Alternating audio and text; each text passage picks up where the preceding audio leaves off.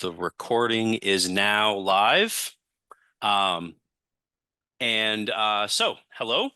My name is Vakil Smallen, and I am delighted to welcome you all to another in our ongoing series of labor history book talks put on by the George Washington University's International Brotherhood of Teamsters Labor History Research Center. Tonight's talk is a little different, and then the book we'll be hearing about was first published 47 years ago. This July 30th will be the 50th anniversary of the disappearance of James R. Jimmy Hoffa from the Marcus Red Fox outside of Detroit. Hoffa's disappearance remains to this day one of the most compelling mysteries in our nation's history. Dan Moldea, our speaker tonight, has been reporting on this disappearance from the beginning and wrote the definitive history of the life of the beloved and controversial labor leader. The Hoffa Wars, the rise and fall of Jimmy Hoffa, tells the story of his meteoric rise and tragic fall in gripping fashion. And to this day, Moldea continues to report on the disappearance and is one of the most informed people alive about the events that happened that day.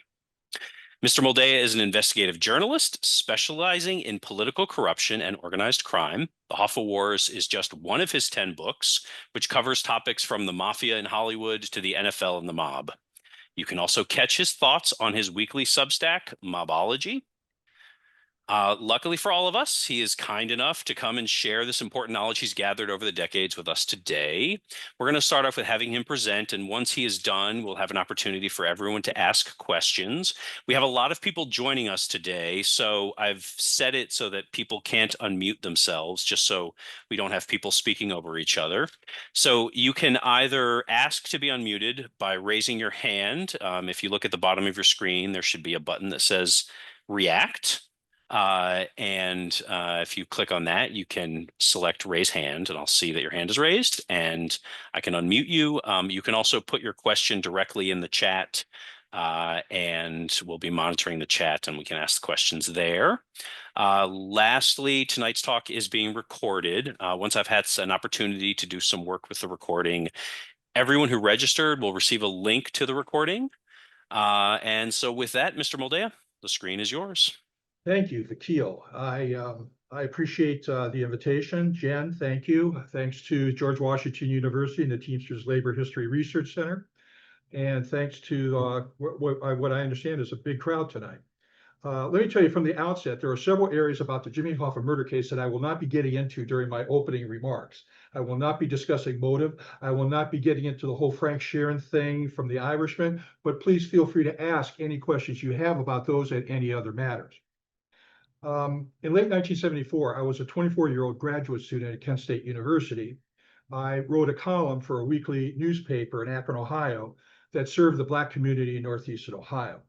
On December 17, 1974, a leader of the Teamsters Rank and File Reform Organization gave me a ledger of loans from the Teamsters Central States Pension Fund. And based on this remarkable document, I did an 8-part series on the Teamsters, their pension fund, and the mafia between January and March of 1975. At the end of my series, John Whitney, the legendary investigative journalist from the Wall Street Journal, called, and he invited me to come and help him with a 3-part series that he was planning for the Journal. Of course, I was in a very much of a secondary position on that, but that was cool because John was, once again, a legendary guy. He ended up being like a big brother to me in this business. And he was very generous in the credit that he showed me in the aftermath. His series came out on July 22nd, 23rd, and 24th of 1975. 1 week later, on July 30th, Jimmy Hoffa disappeared.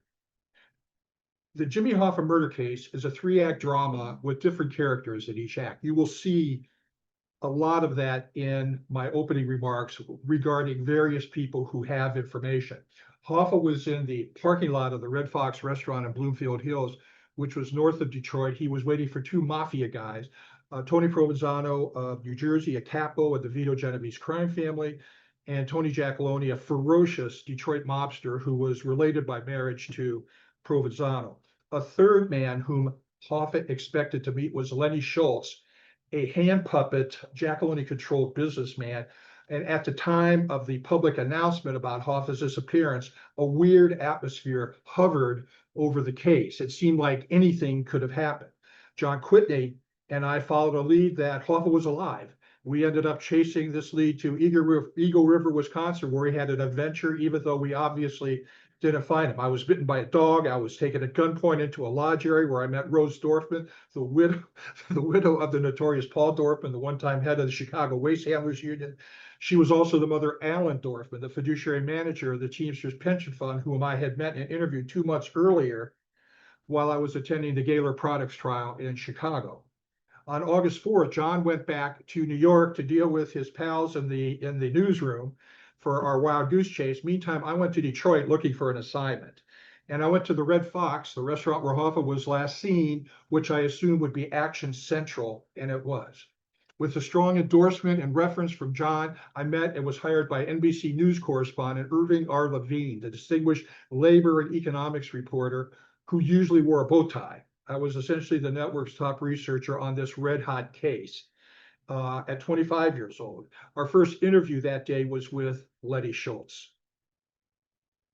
On my first full day on the job, August 5th, 1975, one of my top sources told me about a guy named Roland McMaster, an important Teamster official, and his goon squad that was shaking down trucking companies throughout the country, i.e. they were selling labor peace.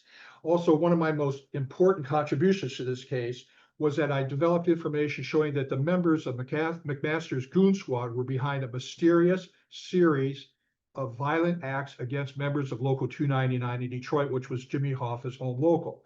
I believe that whoever was behind the Local 299 violence would wind up playing key roles in Hoffa's murder. Attorney Jimmy Hoffa Jr., Hoffa's son, was so convinced that I was right about this that he gave me money from the Hoffa Reward Fund. In late October, after the Hoffa case went cold and I left NBC, I received an assignment to investigate McMaster and his goon squad for the Detroit Free Press, where I had the great opportunity to work with Joe Thomas, one of the finest investigative journalists in the business, who later went to the New York Times, where she won a Pulitzer Prize. Meantime, we learned on August 4th, 1975, 7 days after Hoffa vanished, that Ralph Picardo, who was in Trenton State Penitentiary doing 20 years for manslaughter, was visited by 2 close friends, Steve Andretta and Tom Andretta, brothers, along with their shared accountant. According to Picardo, he and Steve Andretta spent a few minutes alone.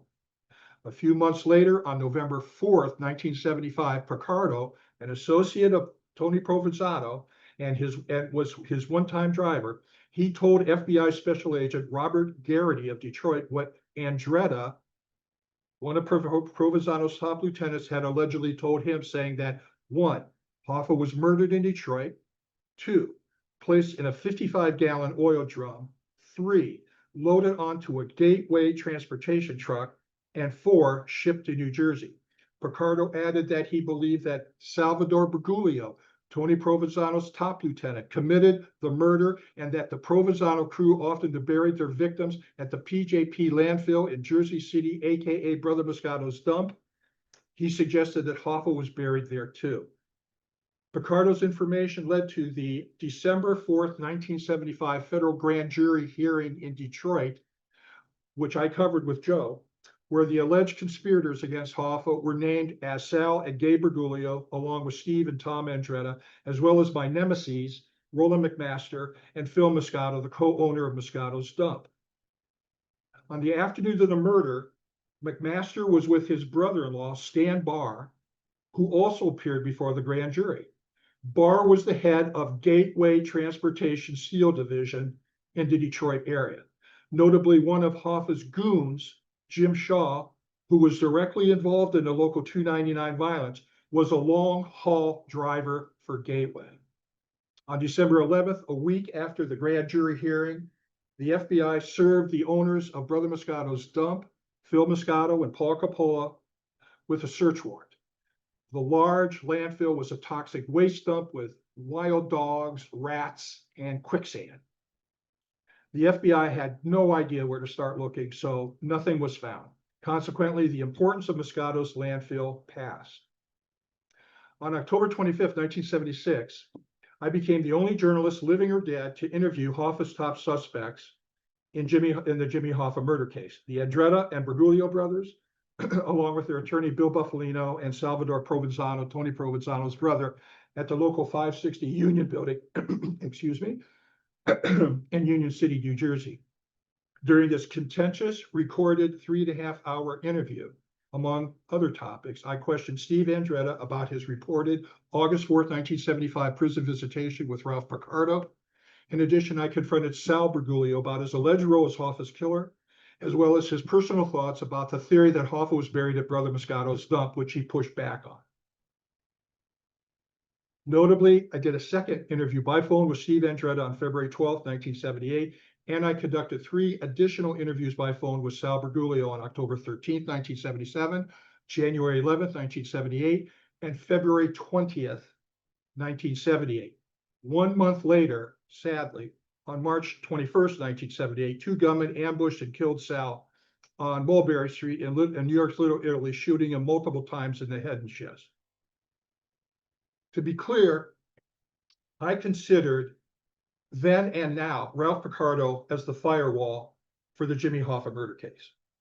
But in my 1978 book, The Hoffa Wars, although I went with Picardo's story that Hoffa was murdered in Detroit, stuffed into a 55-gallon oil drum, and shipped via Gateway transportation truck, I did not embrace the finale of Picardo's theory that Hoffa had been shipped to Jersey City and buried at Brother Moscato's dump.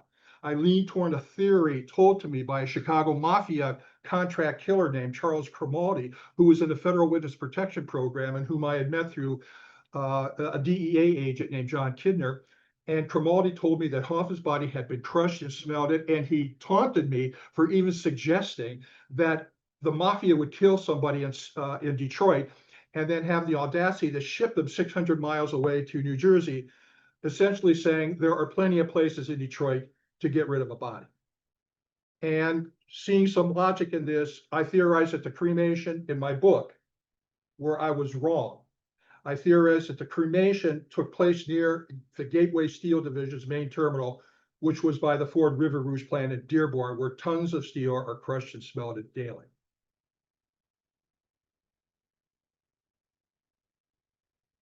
In 2007, my friend and colleague David Corn, who was then the Washington editor of The Nation, and I were investigating a crooked federal judge named Elsie Hastings, who had been impeached by the US House and convicted by the Senate for corruption.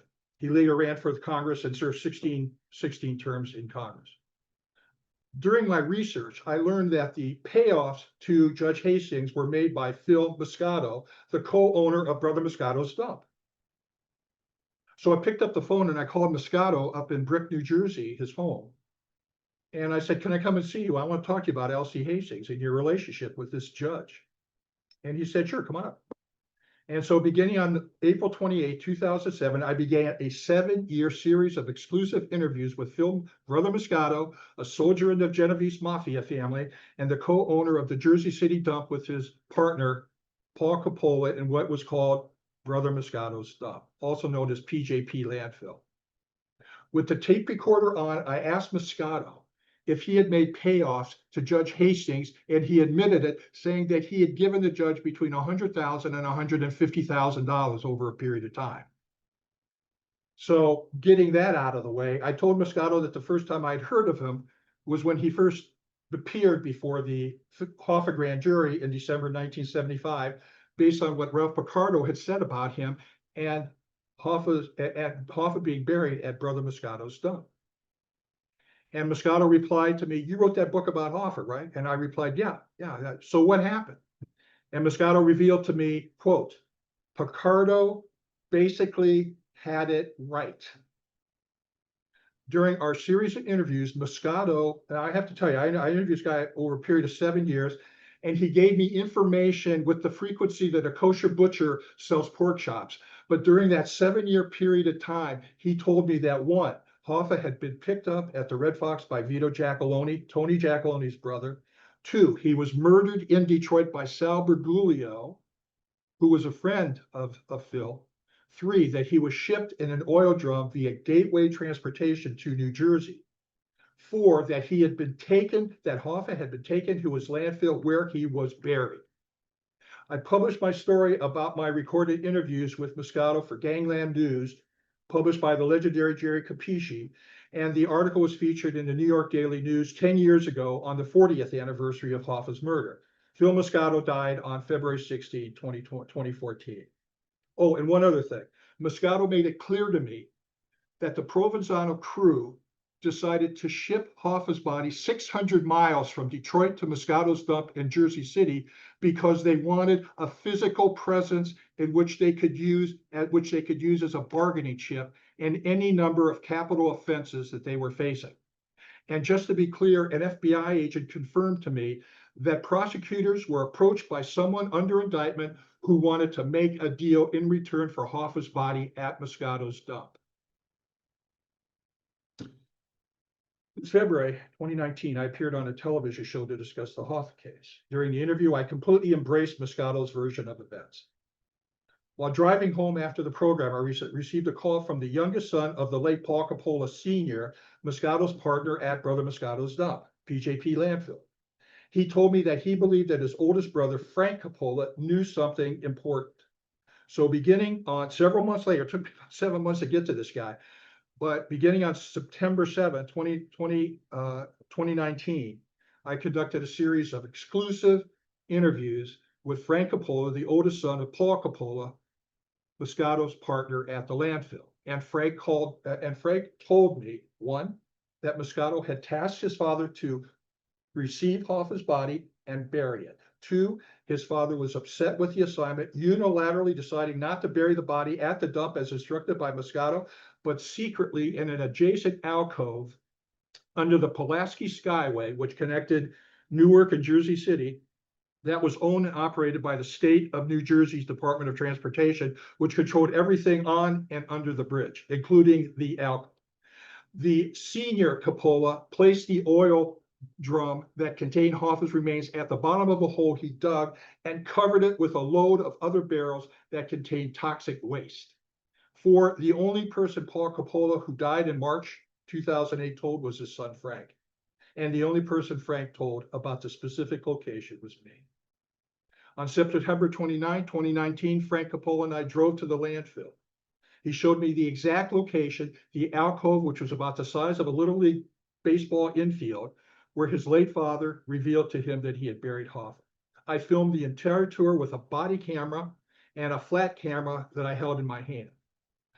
On October 7, 2019, at my request, after many hours of interviews, Frank executed a sworn declaration attesting to the details he had shared with me and no one else about the exact location. He also agreed to take a polygraph test if the FBI requested it. After I published my first article about Frank and his story, we were still waiting for the FBI to contact us.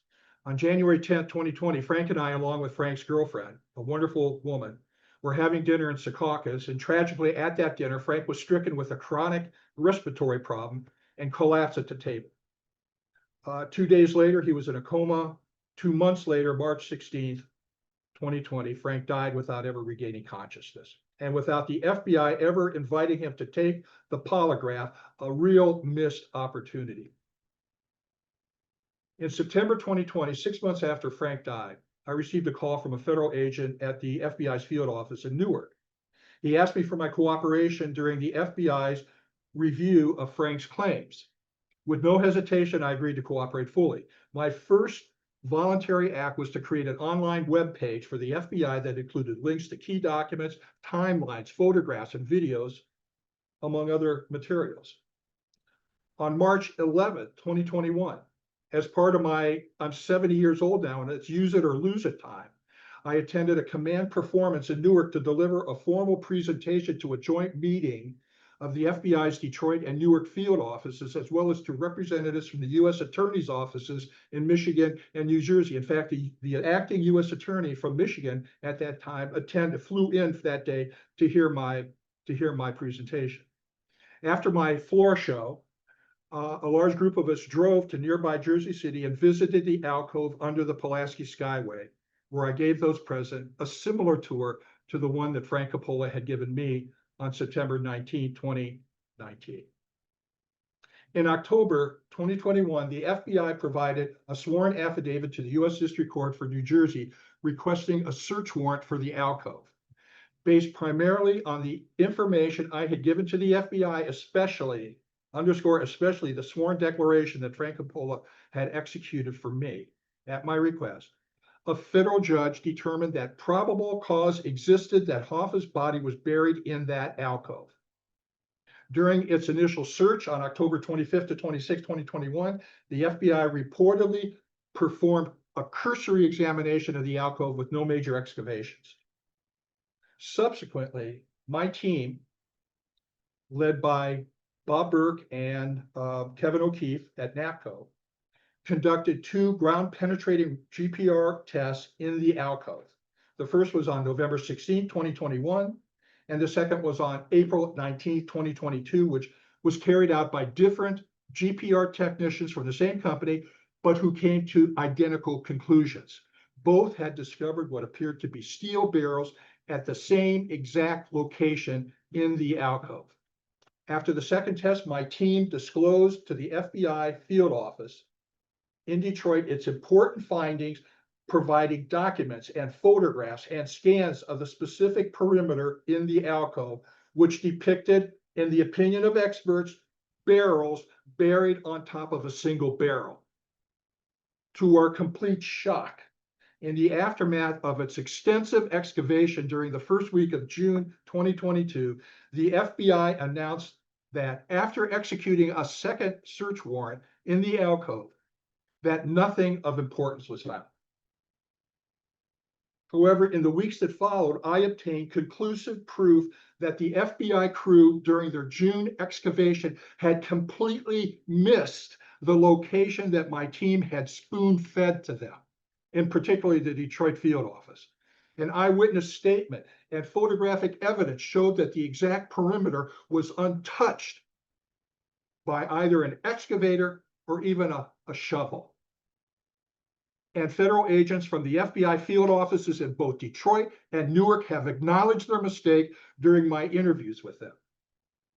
For the past 3 years, while the FBI has been overwhelmed with other critical, more timely investigations, my team and I have denied any access to the alcove. We had arranged for an independent GPR company to examine the results of the scans made by our team in April 2022. Still, our work continues. In short, Ralph Picardo told the FBI the truth in 1975, and both Phil Moscato and Frank Coppola told me the truth in 2007 and 2019, respectively. On June 30th, 1975, a well-known person vanished from a public place in broad daylight without a trace. This is America, and we must uncover the full truth when something like this happens. Thank you. I'll be happy to take your questions. Thank you very much. So yeah, I see people are already raising their hands. So I'm going to go ahead. I have a few questions of my own, but I'm going to definitely let people here ask their questions. So Trip, I see you're first. I'm going to go ahead and unmute you. You should be able to unmute yourself now, Trip. Thank you very much. I appreciate that. Very exciting and engaging moment that we just had there. I would love to ask you, Dan. Oh, Yes, sir. I think you remuted yourself, Trip. You said, I'd love to ask you, and then you muted again. Yes, I sorry about that. I'd love to ask you, Dan, what do you think? Do you think that there is any motivation for the FBI to have done that aside from incompetence? I've been doing this for 51 years. And I have not operated without controversy. And I'm a character in all of this stuff. I mean, a great journalist look at scenes and they report on what they're seeing. Me, I see a situation and I jump into it and make myself a character. So consequently, I have political problems with situations that I'm reporting on and that I write books about. From the outset, I made it clear, number one, that no one on my team would take any money until the body was recovered by the FBI and was positively identified by the FBI. We didn't accept any money. All of this has been financed on our own. I also insisted that, listen, what I'm doing is I have revived the Ralph Picardo information in which he claimed that Hoffa's body may have been buried at Brother Moscato's dump, which was extracted by the FBI, for which they got a search warrant on January 11th, December 11th, 1975, at Brother Moscato's dump. I'm piggybacking on a lead that the FBI had developed from Ralph Picardo. As far as I'm concerned, hey, the FBI deserves all the credit for this. In fact, if you look at the New York Daily News story that I did, and for the 40th anniversary in 2015, you will see I gave the FBI full credit. I say they were right from the beginning that this is what happened to Jimmy Hoffa. All I wanted was a very generous acknowledgement for what we had done for my team and me. And we wanted to do a documentary, and certainly I wanted to write a book about this.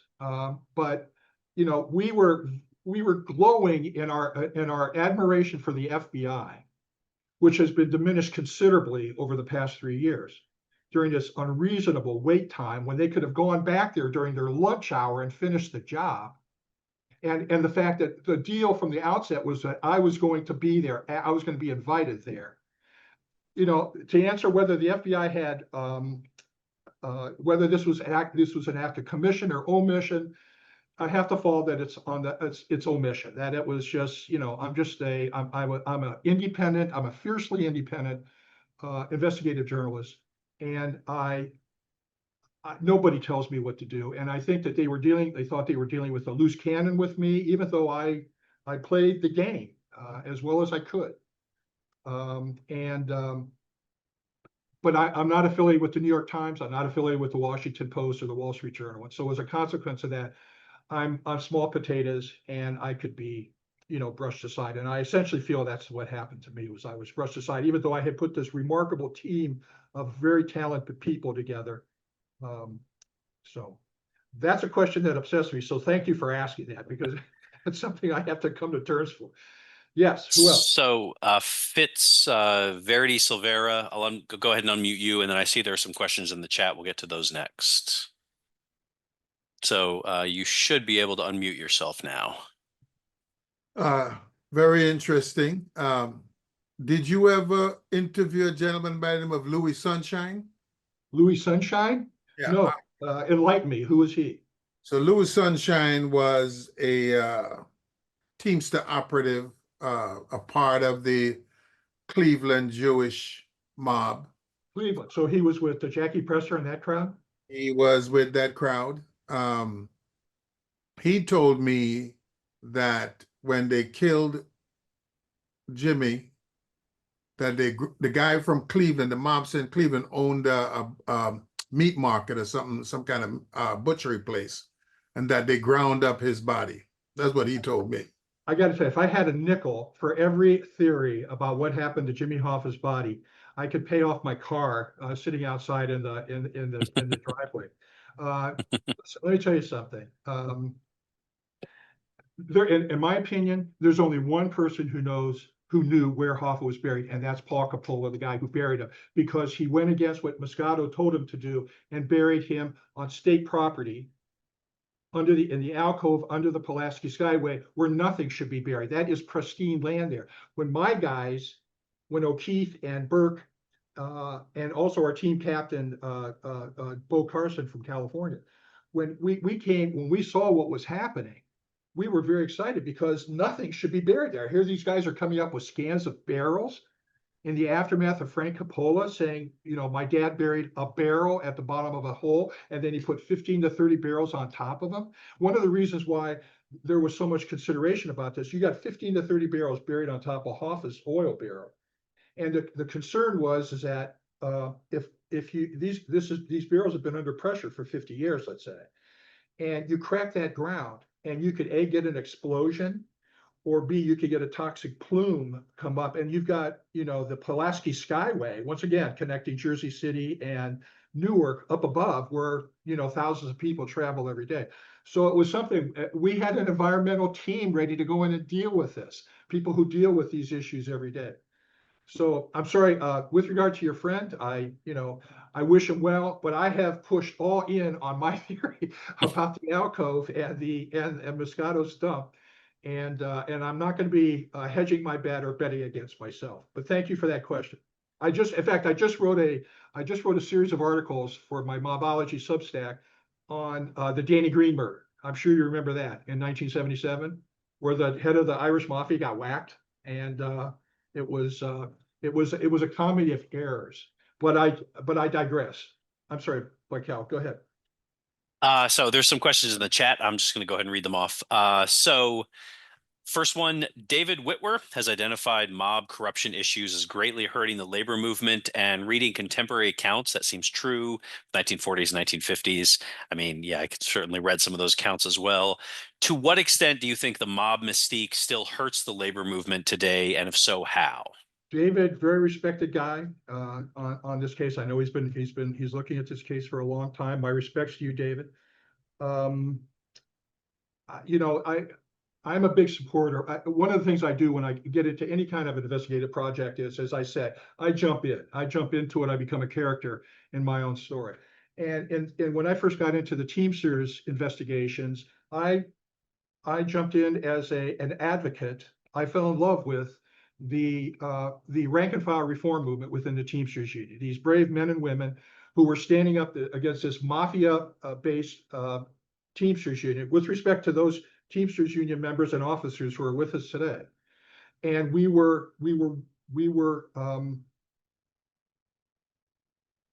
I was supporting that I took sides. I went with the rank and file reformers. They were the ones who protected me for the 4 years between when I started this thing and when I published my book in 1978. You know, these guys were real heroes. In fact, I dedicated my book to it. With regard to the union movement, I look to the rank and file reform movement that has, I believe, taken a very hard group to reform and reformed it. I still cheer Ron Carey. I know there's controversy over John Kerry. I'm not going to go into the details about this, and I know that there are people who are here probably are saying, Jesus, what's he saying nice things about Ron Carey for? I'm sorry, I thought Ron Carey was a hero. And what he did in 1992, I believe it was, when he overthrew the corrupt establishment of the Teamsters Union. I remember being at the Marble Palace down on Louisiana Avenue, and I had tears in my eyes as Ron Carey was giving his victory speech, his inaugural speech to become president of the Teamsters Union. That to me was a great moment. I do see we have some hands raised, but there's a couple in the chat that came first. So I'm going to go ahead and read those off, and then I'll get to the guys with the raised hands. So next one in the chat comes from Eric Emmerich. Dan, can you speak on the 2006 excavation in Wixom, Michigan, on the former property of Roland McMasters? I was involved in that. McMaster, of course, is my nemesis. He tried to kill me a couple of times, and here I am. And what had happened was the FBI, I had been really banging the tambourine on Roland McMaster for years. And he was called before the grand jury, and he really was upset with me because of that. In May of 2006, the FBI executed a search warrant, and they for a farm which Roland McMaster used to own in 1975.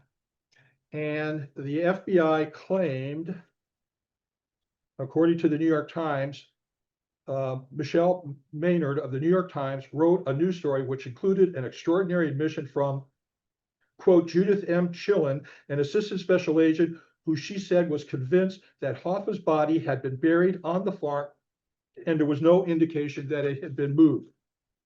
What had happened was an FBI informer who was in prison in Lexington, Kentucky, who I knew, a guy named Don Wells, who was a trucking company owner. He was in prison for smuggling marijuana.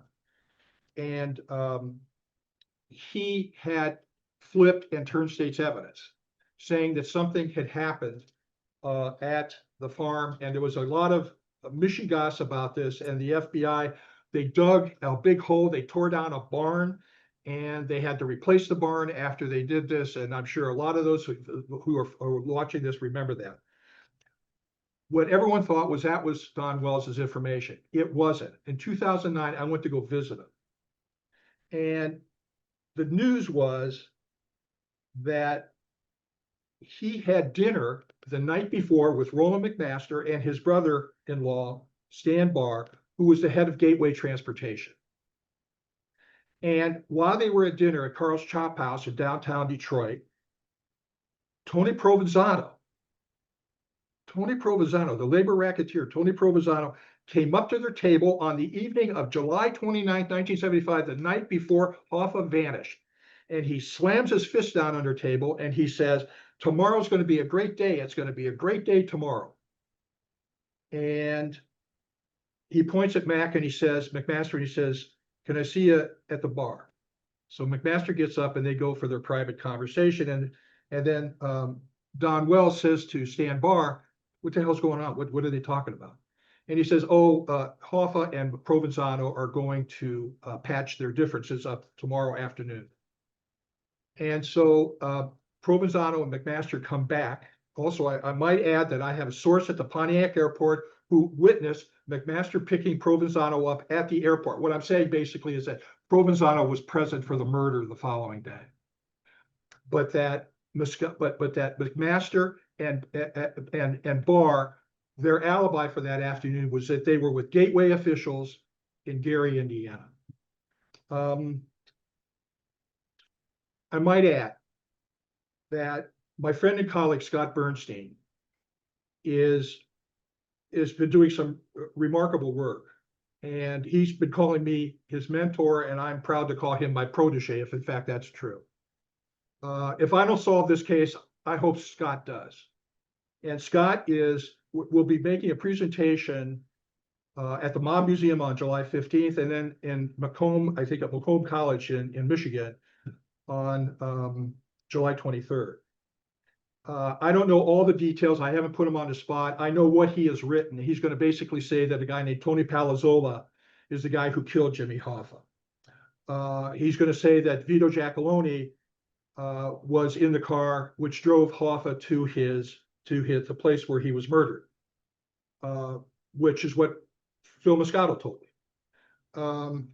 He's going to say, and this is what I have really embraced, is that Hoffa was murdered at Lenny Schultz's house, the hand puppet, the stooge for Tony Giacalone, who was the third man Hoffa thought he was meeting that day.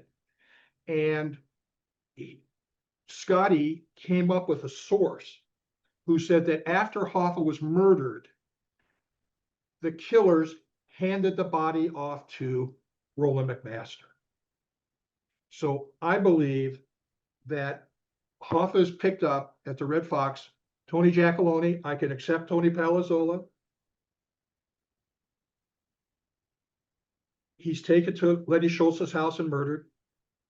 The body's then turned over to Roland McMaster at the farm where there's a Gateway transportation truck. And once again, one of McMaster's goons, Jim Shaw, who I knew very well, was a long haul driver for Gateway. And it's Jim Shaw, in my opinion, allegedly, who drives the Gateway truck to New Jersey, where the body is buried, not in Moscato's dump, but in an alcove under the Pulaski Skyway, just a few yards away. So I suggest that you pay a lot of attention to what Scotty's going to be saying. A lot of what we're saying is dovetailing. But once again, if I don't solve this case, I hope Scotty does. So if I don't know if Scotty's in this group here, but salute, Scotty. Keep up the good work. So I got a list here as questions are coming in, trying to keep things in order here. I got So plenty of time. I'm here as long as you want. So my apologies if things are slightly out of order here, but next question we have from the chat, and then I'll switch back to unmuting. What advice do you have for young people about chasing a white whale? Coming from Ahab, I would say make sure that you have an independent source of income in order to do it. That's number one. Make sure that you have a lot of friends and friends that you trust. I've had most of my friends I've known for 40. We were at dinner last night with some friends where we've known each other for about 40 years, all of us. And it was a grand time just, talking to a bunch of writers who do what you do who are these crazy freelance writers who are independents and who are out there, doing big stories, either self-serving or society-serving, but for the most part, society-serving, I think. So my advice would be become a lawyer. That would be my advice. Or better yet, become a boxer. I would rather see my kid become a boxer rather than become a freelance writer. All right, Paul, I'm going to go ahead and let you unmute.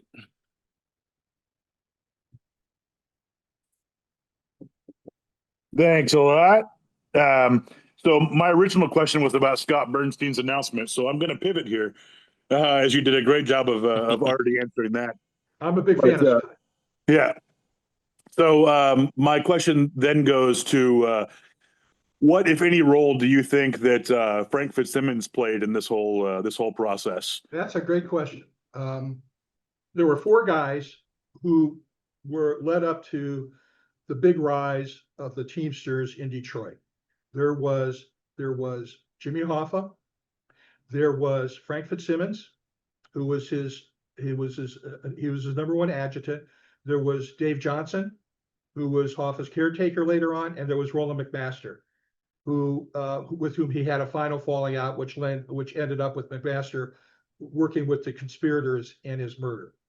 Hoffa came from Detroit, where there was a wonderful union called the United Auto Workers Union with a great labor leader named Walter Reuther. And Jimmy Hoffa was potentially a great union leader and a champion of the working class, who became really nothing more than a labor racketeer because of his association, his pact with the mafia as a result of a rival union coming into Detroit and trying to take the Teamsters turf, trying to take their membership away.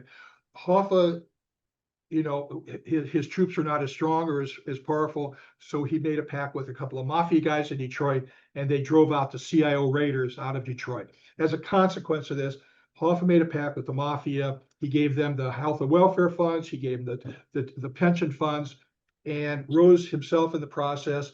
1957, he became general president of the Teamsters Union. As a consequence of that, the AFL-CIO threw the Teamsters out of its labor organization because of Jimmy Hoffa's wholesale corruption. Hoffa was the target of the Senate Rackets Committee in 1957 and 1960 by Senator John McClellan was the chair. John Kennedy, the junior senator from Massachusetts, was a member. Robert Kennedy, who was eating mafia guys for breakfast while he was chief counsel of the committee, was operating with full regalia, going after the mafia. And when John Kennedy became president in 1960, and he appointed his brother Bobby Kennedy as the Attorney General, Bobby Kennedy started going after mafia guys and started eating them for lunch and dinner too, continuing what he had done with the Senate Rackets Committee. Hoffa was convicted of jury tampering in 1964. He was convicted of pension fraud in 1964 in Chicago. He was sentenced to X amount of years in jail. His sentence was commuted by Richard Nixon in December 1971, with the proviso that he not seek union office again. He was murdered in the midst of his attempt to regain power in the union. I believe that Hoffa was murdered because he was snitching. I think that he saw that the mob and the Teamsters had turned against him, like even Frank Fitzsimmons, his handpicked successor, who was basically a stooge for the mob while he was president. I think that Hoffa saw nothing else to do except for start talking to journalists, start talking to grand juries, start talking to Senate committees, House committees, and to those who were investigating the Teamsters Union. All right. G. Stanley, we'll get to you in a second. There's an anonymous question submitted. To what degree have you had direct communication with Jimmy Hoffa Jr., James P. Hoffa, about your research? After I left NBC in September of 1975, I went back home to Akron, and I had decided that NBC wanted me to stay. but I really thought I could solve the Hoffa case. I really did. And here I am 50 years later, still trying to. And so I was interviewed by the FBI. And the FBI came to my home and I told them a lot of what I knew, but I also wanted, I wanted some information as going along. You guys know what the FBI is like. It's a one-way street. You give, but I found a couple of decent people who would make sure that I stayed on track. What that meant was they would say, what are you doing? And I would say, I'm doing this, this, and this. And they'll say, listen, this is important. Stay on this. This is not so important. Get away from that. Don't waste your time on that. And that was very kind for them to do that. Never flat out said, here's something that's happening, but they always made sure that I stayed on track. So then I went to, so then I was encouraged to come back to Detroit. So I went to Detroit and I had made friends with Dave Johnson, who was the president of Local 299 at the time. And he introduced me to Steve Riddle, who was Jimmy Hoffa Sr.'s uncle. And he said, have you met Jimmy Hoffa Jr.? And I said, no, but I'd like to. He said, you didn't see him while you were at NBC? I said, no, I was too busy with Roland McMaster. So he took me and he introduced me to Jimmy Hoffa Jr. and I liked him. I respected him immediately. He was a good son. There was nobody who wanted to solve the murder of his father more than Jimmy Hoffa Jr. Nobody.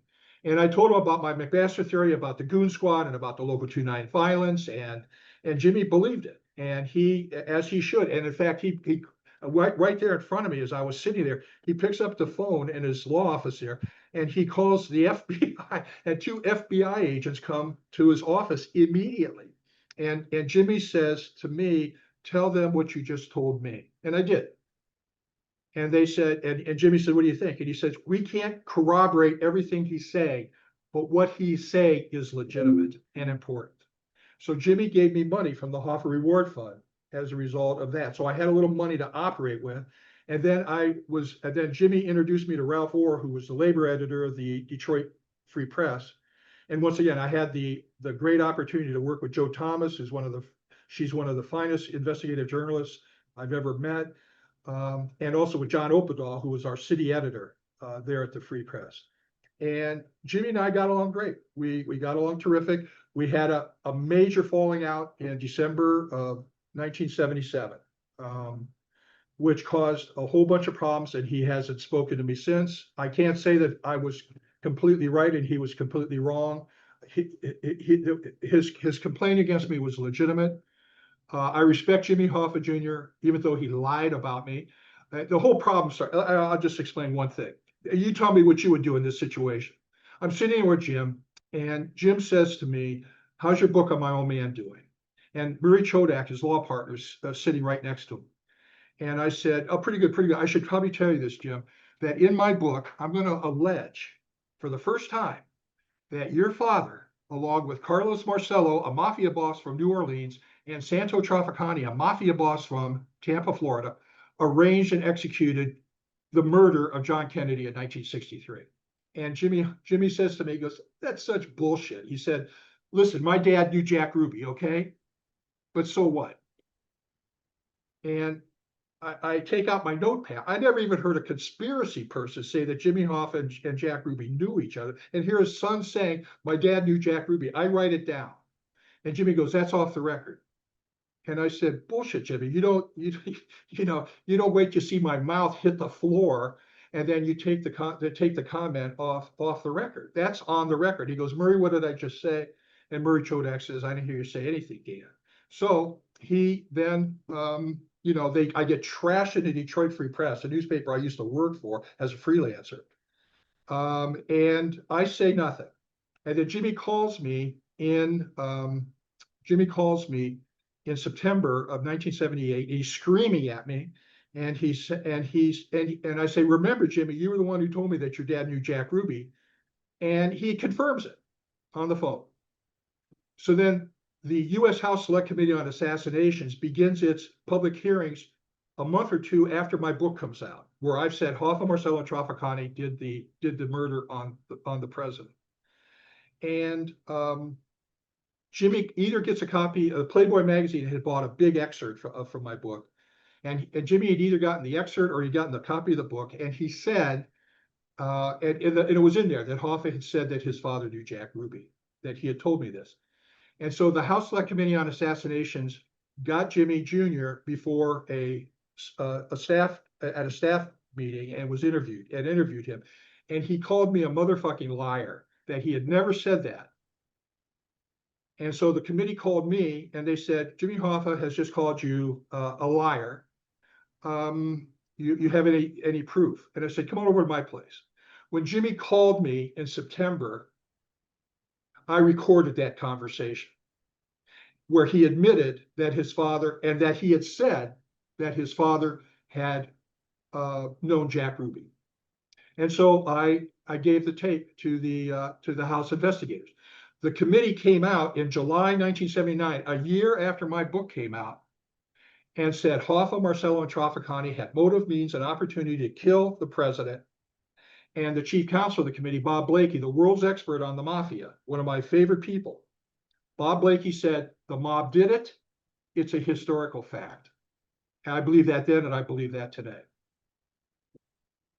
So Jimmy Hoffa, God bless you. I frankly, I don't think there's any expert, I don't think there's anyone who knows more about what the FBI knows more than Jimmy Hoffa Jr. and then Jack Goldsmith, the guy who wrote the In Hoffa's Shadow, the book about Chucky O'Brien. You know, Jack is a Harvard law professor right now, terrific guy. He's a former assistant attorney general in the Department of Justice. He wrote an excellent book. I think he wishes he would have gotten a little more out of his stepson, Chuck O'Brien, who was alleged to have picked up Hoffa for a long time. I don't think he did, but Jack did a good job on that. I think Jack and Jimmy Hoffa know more about what the FBI knows than anybody, although Scotty Bernstein is going to be, I'll tell you this, I've written this.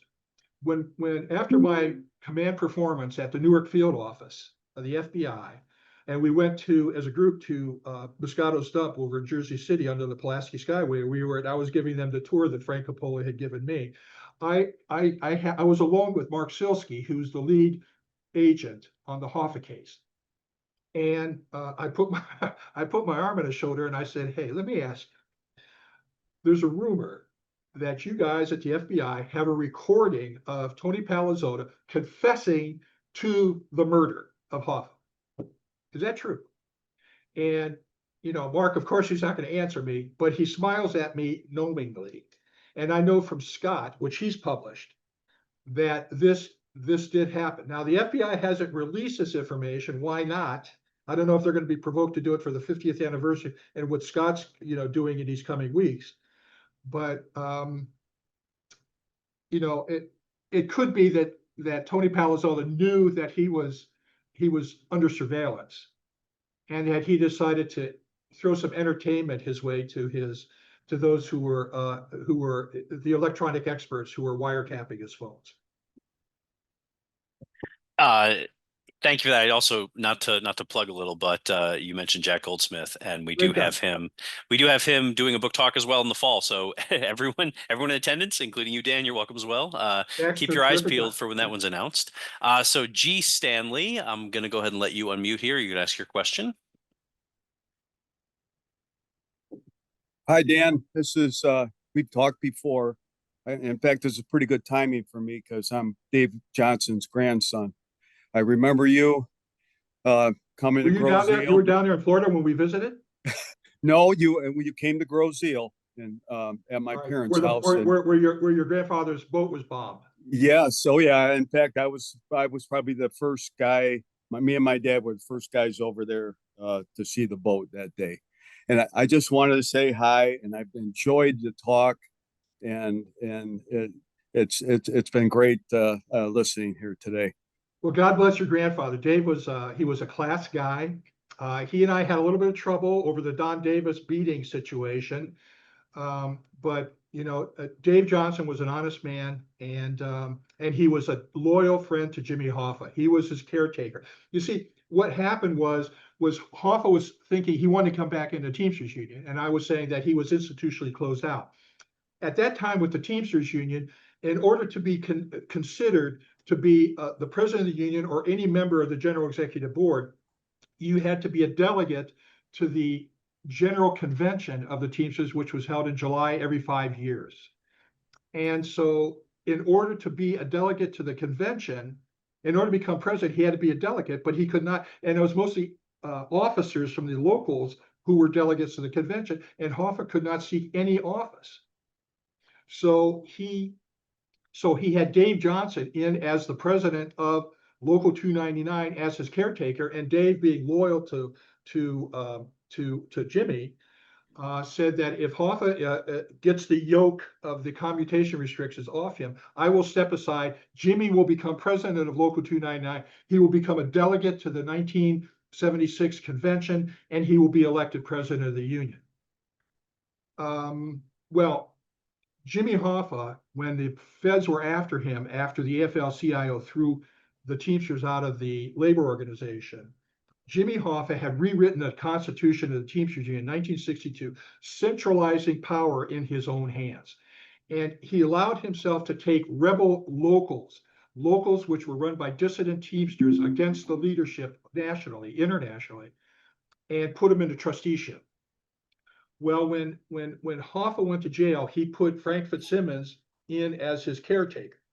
Hoffa was in jail, still president of the Teamsters Union, but it wasn't until July 1971 that Frank Fitzsimmons was elected in his own right. Bottom line, Jimmy Hoffa was institutionally closed out because Frank Fitzsimmons, as president, inherited the 1962 Constitution, where he could throw Local 299 into trusteeship if Dave Johnson stepped aside and gave his job to Jimmy Hoffa. Jimmy Hoffa was institutionally closed out from returning to power in the Teamsters Union. Thank you, Dan. Your dad, if he's still alive. Pardon me? Thank you. So next question we have comes from the chat. David Tubman in the chat mentions, does Chucky O'Brien or the Maroon Mercury play into your investigation, or do you believe Vito drove the body in some other vehicle? Well, this is a or pretty drove Hoffa in some other sophisticated vehicle? audience you have here. These are some pretty good questions. I'll tell you this. Chucky O'Brien is, he's viewed by many as the Rosetta Stone of this entire thing. I interviewed Chucky several times. He is,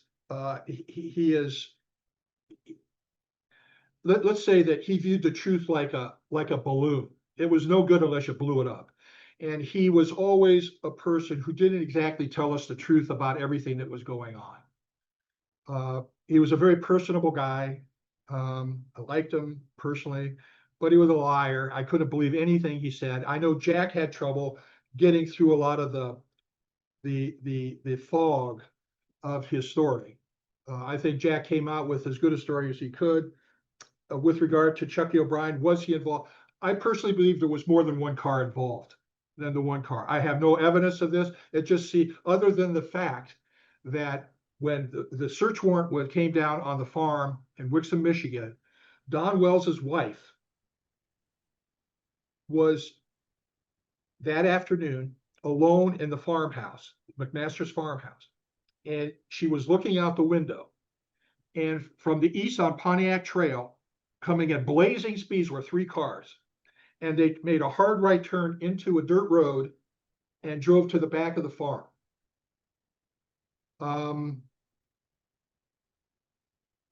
McMaster was not even interested in the fact that this had happened. He said, oh, they went back there to look at some horses or something like that.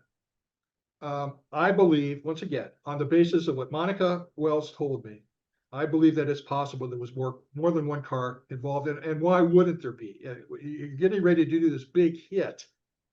Why not? Now, there are innocent plot. I remember, some of you remember, if you're the journalists here and the law enforcement people, you may remember Vince Piersanti, who was he was in the Attorney General's office in the organized crime section for the state of Michigan. And Vince, who was one of the world's experts, he was one of the world's experts on the Teamsters and on Hoffa's murder.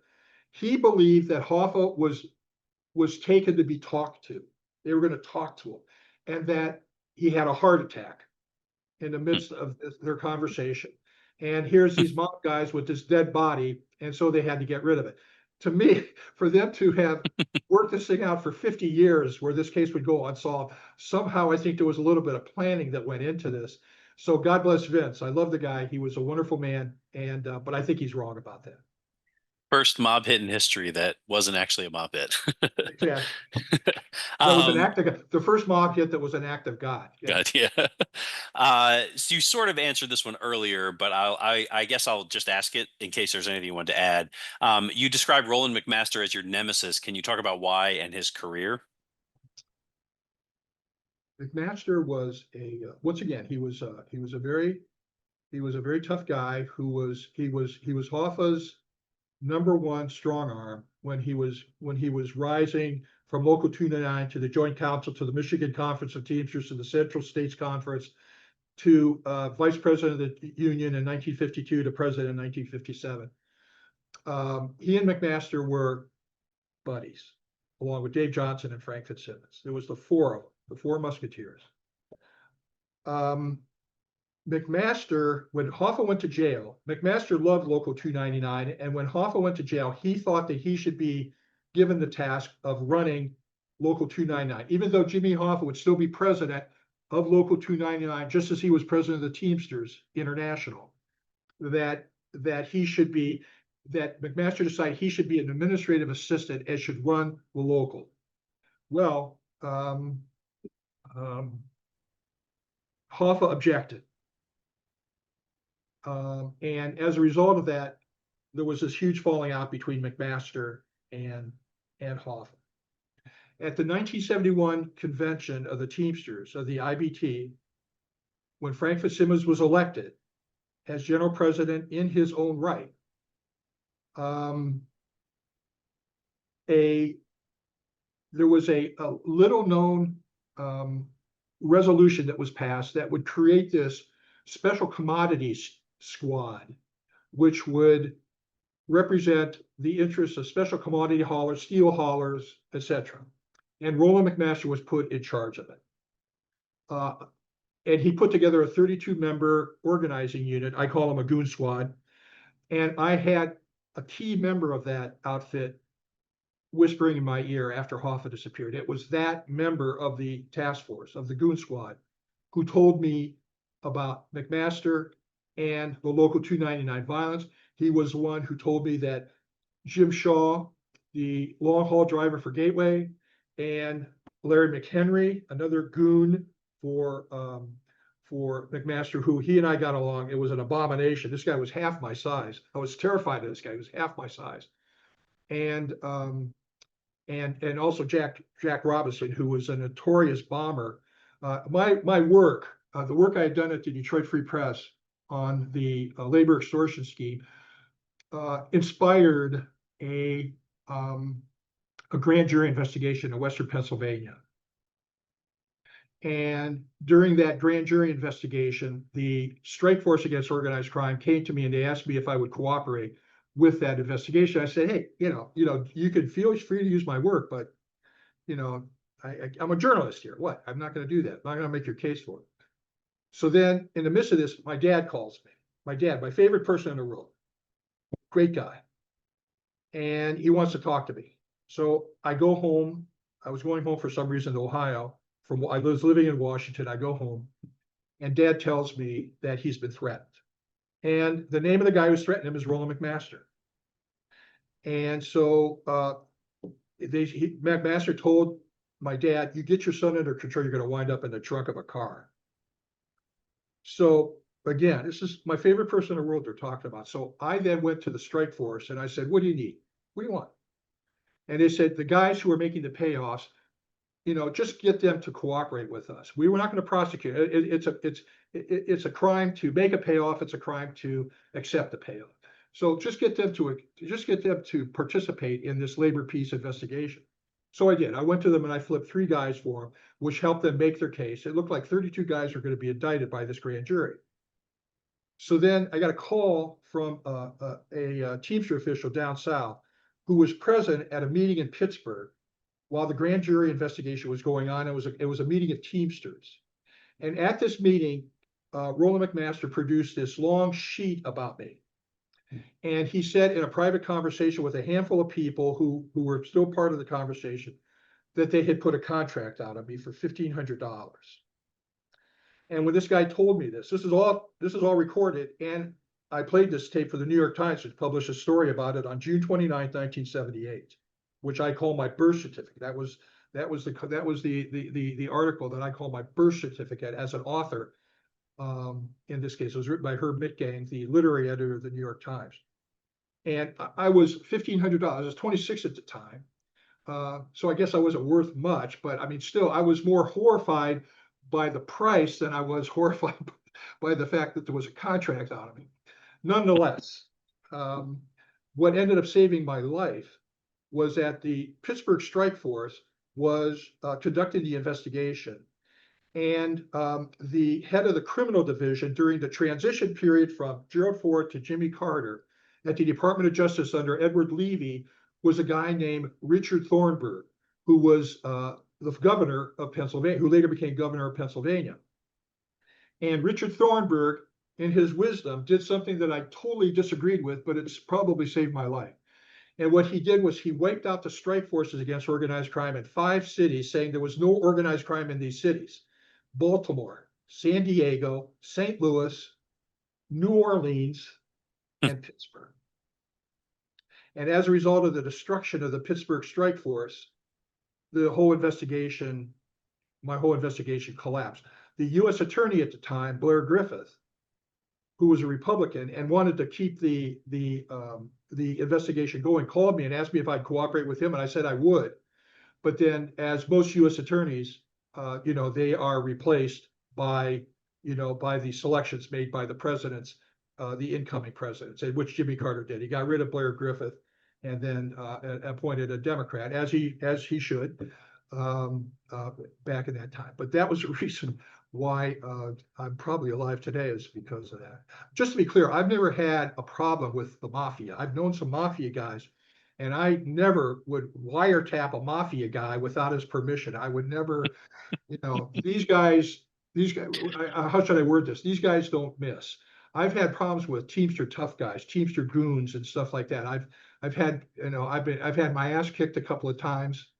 I can take it.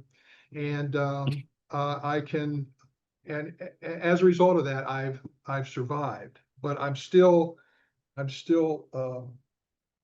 determined.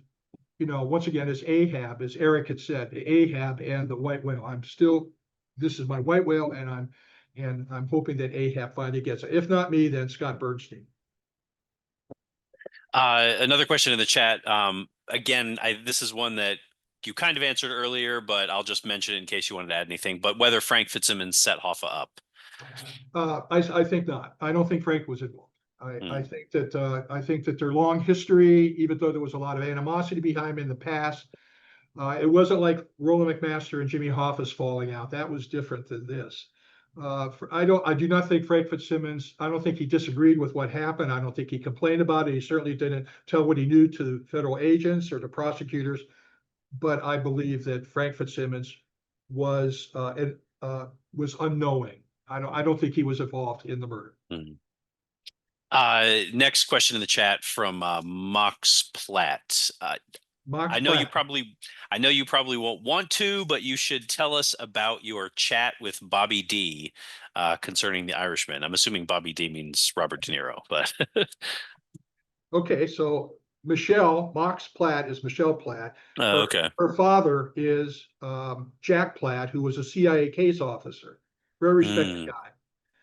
And Jack and I, we got a group here in town in Washington of intelligence people, law enforcement people, journalists, and we were all put together by a guy named Carl Schaffler. Carl Schaffler was a great man who was essentially the head of the organized crime intelligence division of the police department.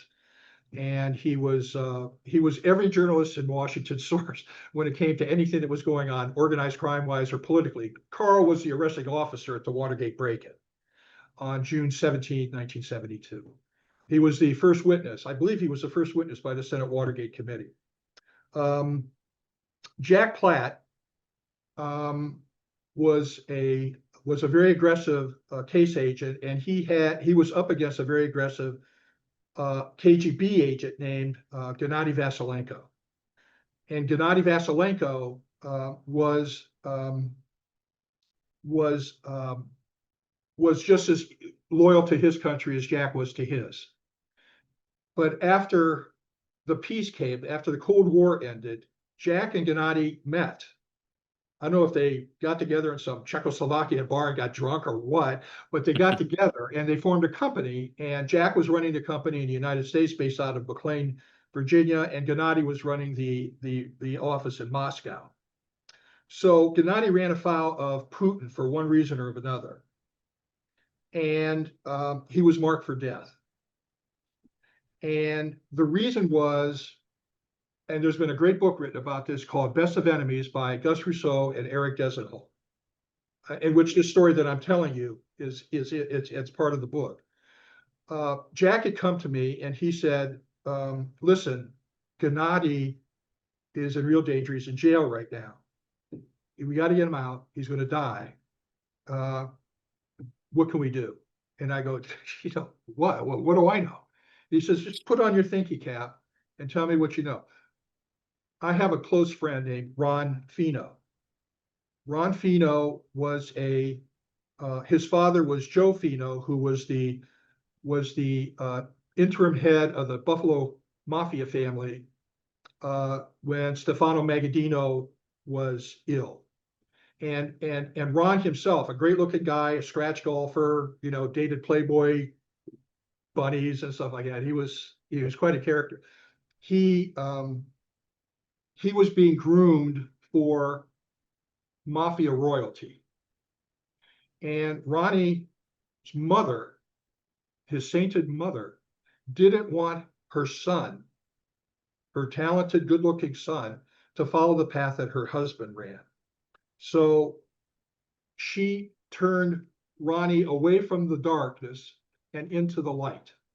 And Ronnie became a consultant for the FBI for years. The Wall Street Journal did a huge story about it by Stan Penn, as I recall, on the front page about Ron's testimony against the Buffalo Mafia that wound up getting like about 56 guys indicted, convicted, sent to jail. I mean, Ronnie was not a popular guy at that point, but this was a matter of principle for Ron. There were no charges filed against Ron. Anyway, Ron had continued being a consultant for the FBI and for the CIA and for the DEA in Russia. So I said to Jack, let me call a friend of mine. So I called Ronnie up. And I don't know if I can get in trouble for that. I think the statute of limitations are up on this. But I said to Ron, what can we do to help our friend Gennady? And he said, well, what's the deal? And I said, the deal is that Gennady, one way or another, fed information to Jack, our friend, indicating that, who's the guy, Mox? Who's the guy? Who's the FBI guy? Oh, she's not Okay, unmuted. Hansen, Robert Hansen. That Oh, Robert okay. Hansen was a Soviet spy. That was Gennady Vasilenko that revealed that. And so I'm saying to myself, well, hell, if this is a guy who's revealing a traitor in the midst of the FBI, the head of counterintelligence, for heaven's sakes, this is a guy worth saving. So I said to Ronnie, what can we do to help this guy? And he said, well, we'll bribe the judge. And so I said, how do we do that? So we came up with a way to deal with this, Fox, as you know. And as a consequence of that, for a whole slew of reasons, he got out. For other reasons, Robert De Niro, also, who's a very close friend of Jack's and Mox, was also very helpful in getting Gennady released to. He's writing letters or something like that. Anyway, Jack wanted to get Robert De Niro and me together to talk about The Irishman long before The Irishman was getting produced, because I knew that the book upon which The Irishman was based, the book in which Frank Sheeran claimed that he was the guy who killed Jimmy Hoffa, was garbage. I mean, with respect, it's a brilliantly written book. It was a wonderfully produced very dramatic film, but the history was complete garbage. And so De Niro, for 30 some years, since 1988, I have hosted a dinner here in Washington for Washington authors at the Old Europe twice a year in June and December. And they come and they, you know, it's Switzerland. Everyone gets along. Everyone has different politics, but we all get along. It's all published authors. And a friend of ours, Gus Rousseau, who wrote the book about Gennady and Jack, he brought Robert De Niro. Jack and Gus had been trying to get me together with De Niro for a long time to talk about the Hoffa project. So Gus brought De Niro along with him. And De Niro there were like 90 authors who were stunned. There was no announcement made. This is Robert De Niro just shows up at our dinner. It was stunning. De Niro couldn't have been nicer, kinder, more decent guy or anything like that. Just very, very good man. He must have signed 1,000 autographs that night for 90 people, pictures taken and everything else. Anyway, at the end of the night, we got to talk. Okay, so, and there's photographs of this. Me, De Niro, and Gus are in the corner of the Old Europe restaurant over in Glover Park, underneath the cuckoo clock, appropriately enough. And I've got a limited amount of time with this guy. You know, if I had more time, I would have taken it. But I'm dealing with, and I told him, you're the greatest actor in the world, but you don't know shit about the Hoffa case, okay? And you've been conned by this perpetrator, and you're going to end up looking foolish. And De Niro, you know, he didn't like people talking to him the way he likes to talk to people in the movies. And like I said, if I had more time, I would have taken it.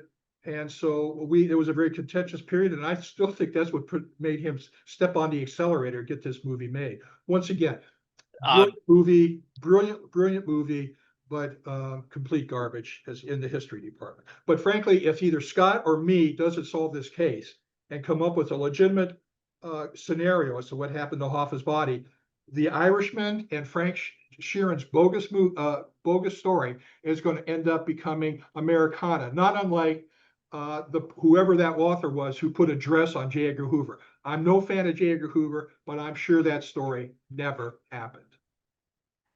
Michelle asked it to be unmuted and just clarify something about her question. So, Michelle, I'm going to let you go ahead and do that. So you should be able to unmute now. No, I was just going to try to get him back on track because I started feeling so bad that he was going to tell you the whole story about my old man and Gennady, which is a fascinating story, by the way. But well, anyhow, read the book, and also they're making a major motion picture is going to be made on Gus and Eric's book. So, you know, it's something to look forward to. Yes, but I will absolutely educate you as to why Dad and Gennady ended up where they ended up at some point in time. I will look forward to that. But what was that line in the Liberty Valance? When the history becomes the real story, that's the story that becomes the history. Is that what it is? I'm more than happy to be corrected on any of these things. Mox, thank you. Vakil, anything else? There's lots. Any questions they have? There's lots of questions in the chat. Bring them on. So next one is from BER8. Would anything have been different if Hoffa picked Harold Gibbons as his placeholder rather than Fitzsimmons? Harold Gibbons. I spent a lot of time with Harold. Good guy. He was a socialist. He was a committed, proclaimed. I didn't even think he put democratic socialist. He just said he was a socialist. I think that probably did go down well with the Teamsters. I think Frank Fitzsimmons' handpicked successor was going to be Roy Williams from Kansas City, who ended up flipping and turning state's evidence against everybody. And Jimmy Hoffa's, I don't think Jimmy Hoffa thought that anybody other than him was going to be acceptable for that job. All right. So a couple more in the chat, and then I see we've had a hand raised here. So See, in I see regard it's Jeff to, Hansen. Well, let's see what Jeff Hansen wants. Can we see well, what I've got people in the Oh, chat that's who've fine. That's been, fine. yeah, That's they've fine. Go been, ahead. their questions been sitting there for a while. In regard to taking the body back to New Jersey, would you agree that if this was an East Coast New Jersey operation with Tony Provenzano in operational control, it would be better from a command and control logistics perspective to dispose of the body locally in New Jersey? Friendly assets, access to friendly construction firms, landfills, equipment, would not have been available to a New Jersey-centric operation in Michigan in the same way it would have been in New Jersey, even with an allied mob family in Detroit. And Tony Pro was a control freak. This person says, as I understand, Tony Pro was a control freak. And you'd be doing your best to rely on the people and places you were familiar with, came up with, and owned professionally. Do you think these factors played into disposing of Hoffa locally in New Jersey? That's why I think that once again, Tony Provenzano was facing any number of capital offenses, and they wanted a physical presence to be able to use as a bargaining chip in a negotiation, in a plea bargain negotiation. That's what Moscato suggested to me. And that made sense to me. Had I known that when I had done the Hoffa Wars in 1978, I would have gone along with that final act in Picardo's story and said that. Saying that though, in Detroit, we have to remember Hoffa. Let's say Hoffa is murdered 2:30, 3 o'clock at Lenny Schultz's house, as Scott's saying, and that he's taken the McMaster's farm, and Jim Shaw mans the Gateway transportation truck, and he's then shipped 6 hours away to Jersey City. That means that by midnight, Hoffa is underground in Jersey City, and it's still not even known that he is missing. It's not known until July. I mean, I was in tune on this stuff, and I didn't know until late Thursday afternoon. I think it was a Thursday. The 31st was a Thursday. That he was missing. And then John called. In fact, I learned from John. John Quitney called me, and we started talking. That's when we came up with, he's alive. Let's go chase him. And so, but that was, like I said, anything could have happened during that period of time. But the bottom line is that Hoffa was gone from Detroit. He was buried. He was underground in Jersey, available to the Jersey Teamsters, Provenzano in particular, as a result of Brother Moscato and Paul Coppola. And that was their bargaining chip. Hoffa was their bargaining chip, and that's the reason why they moved him. So Jeff, I'm going to let you go ahead and unmute yourself and ask your question. Jeff is We'll an get back to the honest cop questions in the from chat. Taylor, Michigan. It's good to see Jeff here. He also wrote a book about the he was a big supporter. I'm sorry, Jeff, you can explain this yourself, but he explained. He followed up on the Charlie Brandt, a terrific guy. He wrote the book, I Heard You Paint Houses, upon which The Irishman is based. Charlie, a great guy, wonderfully written book, complete horseshit. Anyway, Jeff was writing a book about what happened to Hoffa's body, and Jeff did his investigation and did a pretty good job of tracking this thing to a crematorium in the Detroit area. I'm sorry, Jeff. I wanted to No, thanks, Dan. as being an honest cop from Taylor, Michigan. Well, thank you. No, and I've been listening, and can you guys see me? No. No video, but we hear you fine. It's an avatar. Good to go. So anyway, I'm Dan. I've known Dan since 2006, and that's around the time when I really got physically involved in it. Now, I read Charlie's book. I didn't know anybody, but I grew up in the area of where the house that he pinpointed, where Frank Sheeran pinpointed. I grew up 2 miles away from the house. I was a Detroit cop, and then I retired. I left Detroit, went to Taylor, and then I retired from there 10 years ago. So I've been involved in this since 2006, and I've known Dan. I've known Scott Bernstein. I mean, I had a nice talk with Scott the other day after his information was coming out that he was coming with his thing is coming up in Macomb County. So I got a nice talk to him, and the only thing, Dan, and going back and forth because me and Dan we've talked for several years now, many years, since 2006. I think that's our first conversation. We started talking about it. And the only thing that one of my questions is that, do you believe that I mean, you talked about Frank being a complete liar, total bullshit. But do you think that he had? I interviewed Frank Sharon. I interviewed him, and Yeah. And did you think that he had anything? Could he have been involved in any which way other than that? There's a bunch. You don't believe he killed him. Scott doesn't believe he killed him. You know.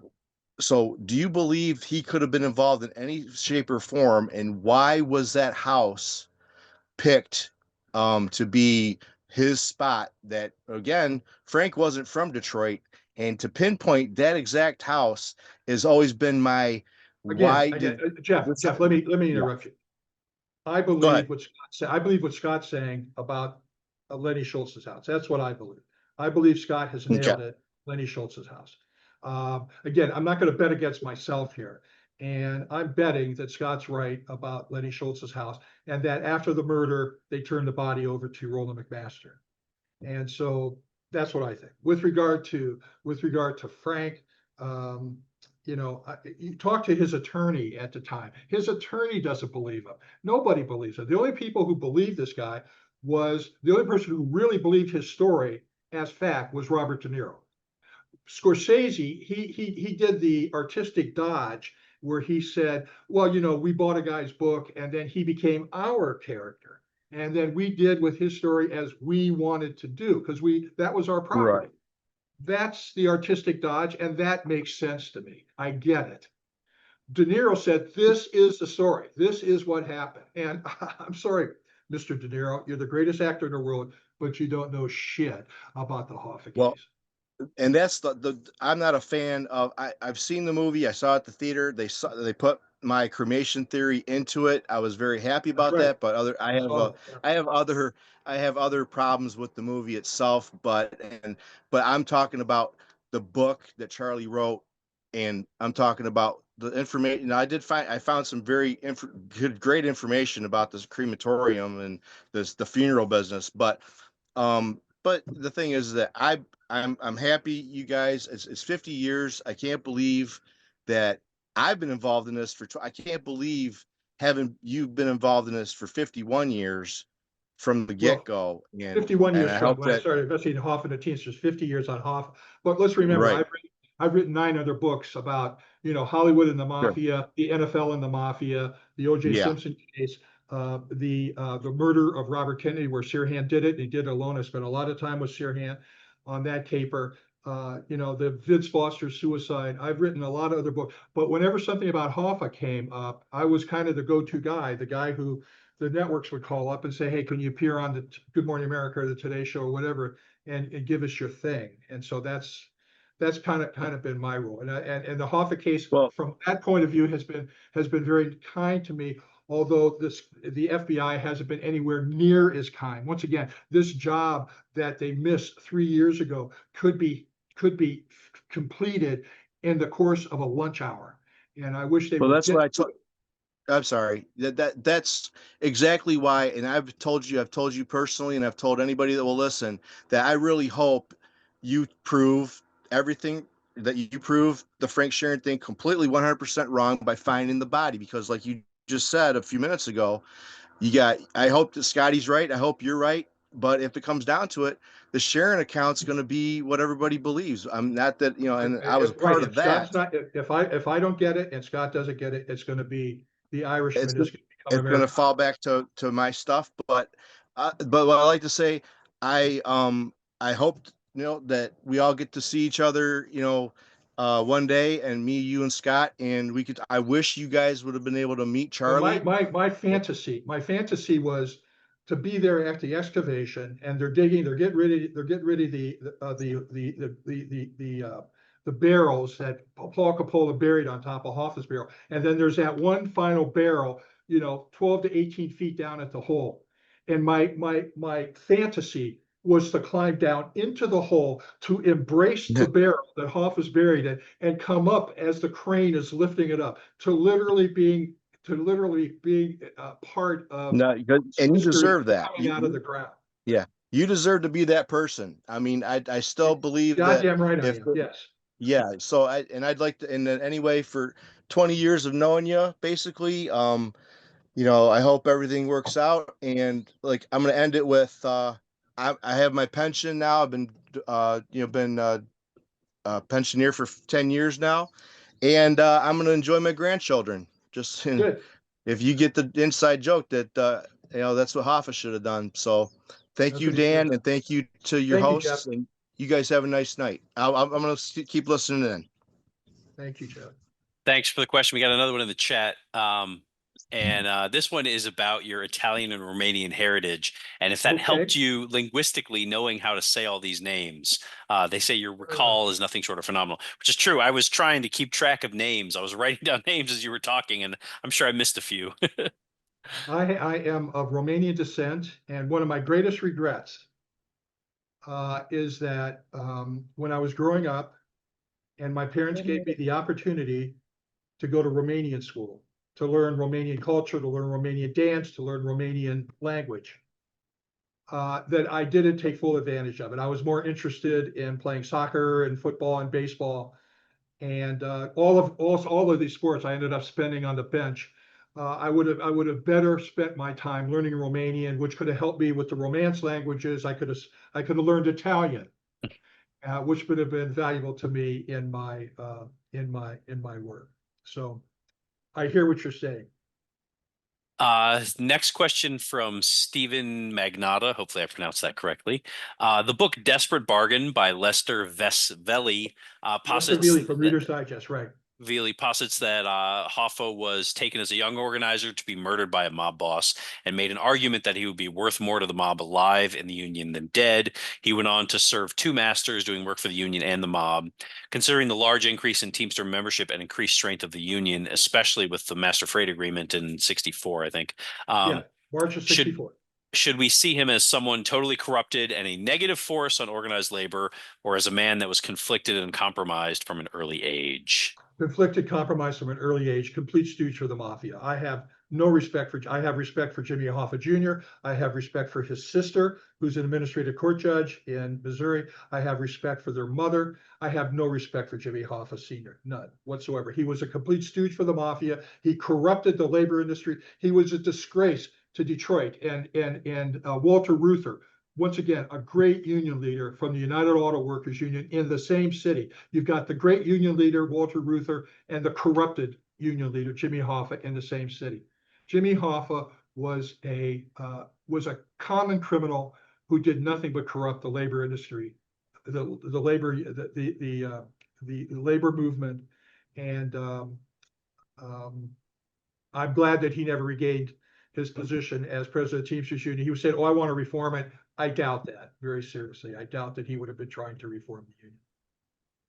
Well, I suspect you'll probably have a few people in the audience who have something else to say, but that's all right. We can all have our opinion, right? Let's see. So looks like the last question in the chat here, and then we've got someone who has raised hand. We just had one added, but Keith Pope, thank you for your books and lifelong investigation into the disappearance and murder of President Hoffa.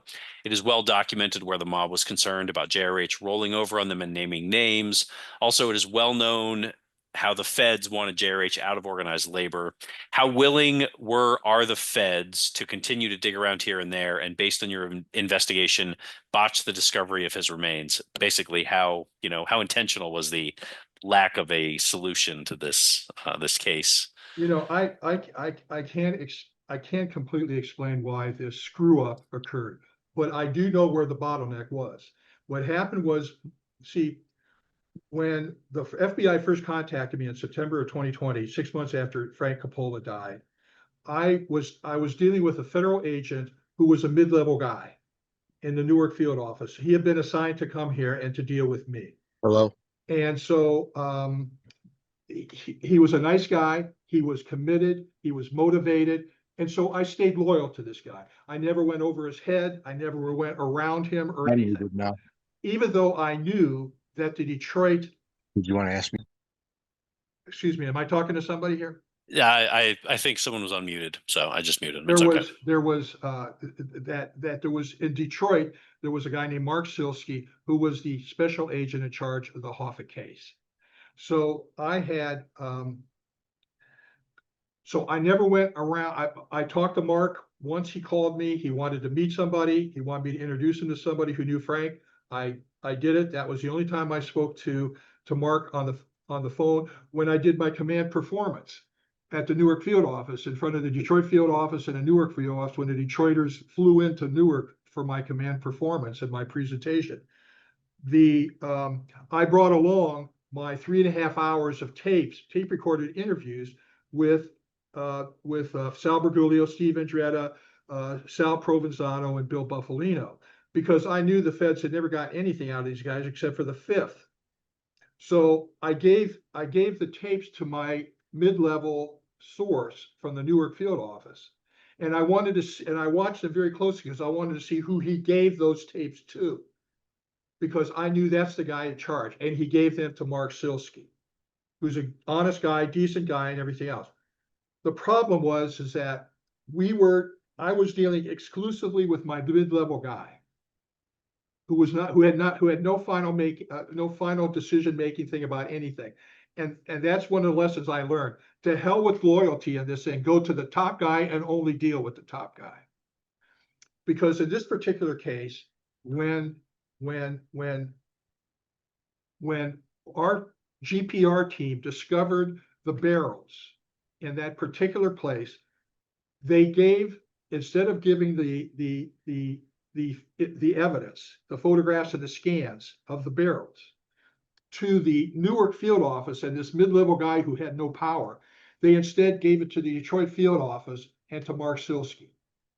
The problem was that when I found out that the FBI had an excavation, I called my Newark guy up and I was screaming at him, saying, "What the hell is this? A, I was supposed to be there, and B, what is this that you found? Nothing? Did you guys, what about the NAPCO spot? What about that? Did you look at it?" Yeah, we looked at that.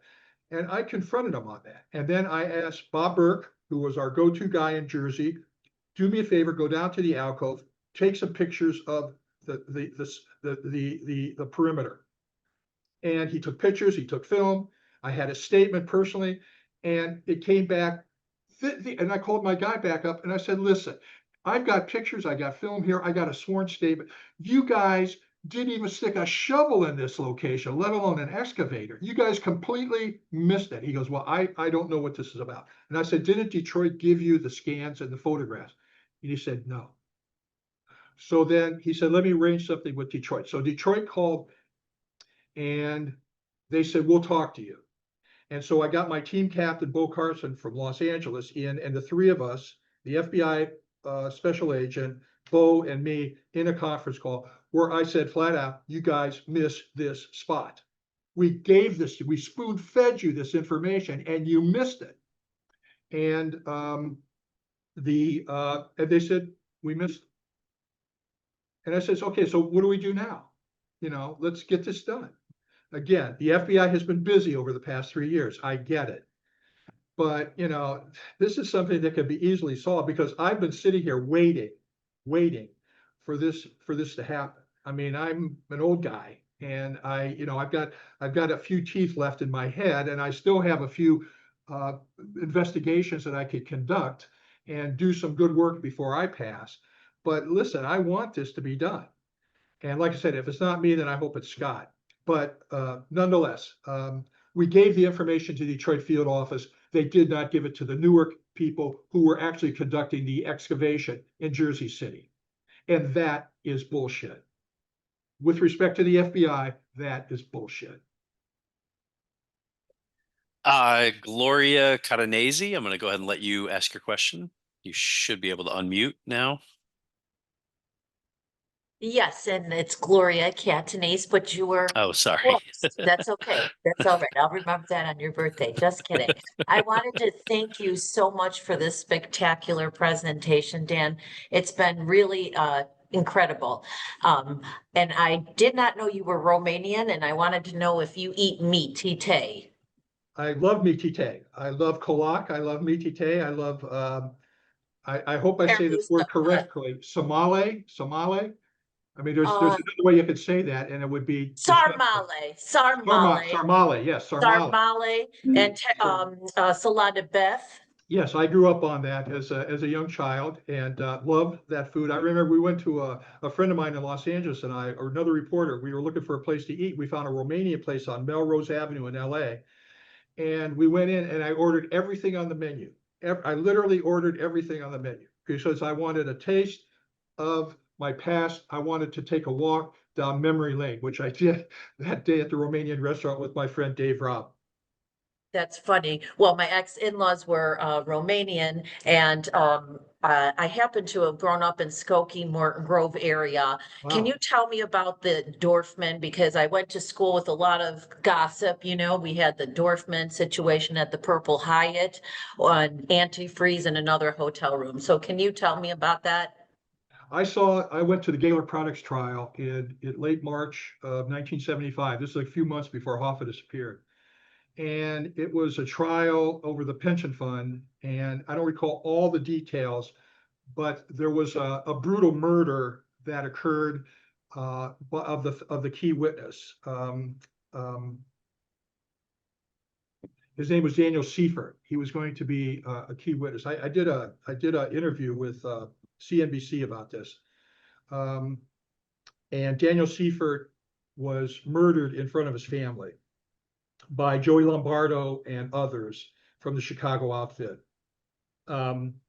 It was a tragic situation, and a lot of guys, including Tony Spilatro, you know, who I was another guy who came up to hear on me. I'm 6'4", and you know, Spilatro came up to hear on me. I actually saw him one time, and I was terrified of this guy, just absolutely terrified of him. And he got off the hook.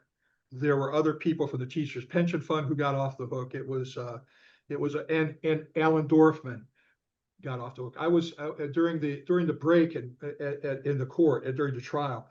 I went outside and in the courtyard I saw Alan Dorfman, and he was talking to a guy who I recognized. It was Irv Weiner, who was one of his best friends and who was the Teamsters chief bail bondsman. So I went out and I intruded on their conversation, as I often do.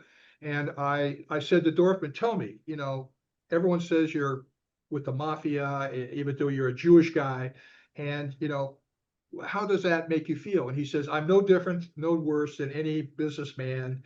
You know, he gave me that whole routine. It was something straight out of the Godfather Part 1, I guess, where he's trying to get Kay Adams, his long-suffering girlfriend, to come back into his life again. Anyway, my point is that, you know, Alan Dorfman had this whole defense ready that he was just a businessman. When John Quitney and I went to the Jack-O-Lantern Inn in Eagle River, Wisconsin, when I got bit by the dog and taken at gunpoint, I met his mother, Alan Dorfman's mother, Rose Dorfman. Again, she was the widow of Paul Dorfman, who was the chief he was the head of the Chicago Waste Handlers Union. And while he was in that job, he had an organizer who was a suspect in a murder that happened of a guy named, I think his name was Jack Martin. And the suspect, the organizer from the Chicago Waste Handlers Union, was a guy named Jack Rubenstein, AKA Jack Ruby, who wound up in Dallas, Texas, shortly after that. Now, I could go into a whole thing about motive and everything else, about how the CIA mafia plots evolved into the JFK murder plots, which would get into motive, but that's a 2-hour conversation in and of itself, because the evidence is overwhelming that, like Bob Blakey said, the mob did it. It's a historical fact. And Alan Dorfman was an integral part of all of that stuff that was going on back then. At the time he was murdered on January 20th, 1983, I believe. He was in Lincolnwood, and he and Irv Weiner were walking along in a parking lot, and Dorfman's killers came right up to him and shot him multiple times, as they did with Sal Bergoglio. Irv Weiner walked away unharmed. And so, you know, Alan Dorfman, in the movie Casino, the great movie Casino, written by Nick Pileggi, produced and directed by Martin Scorsese. Lefty Rosenthal, played by the great Robert De Niro, the greatest actor in the world who doesn't know shit about the Hoffa case. Anyway, the Alan King played Alan Dorfman in that film.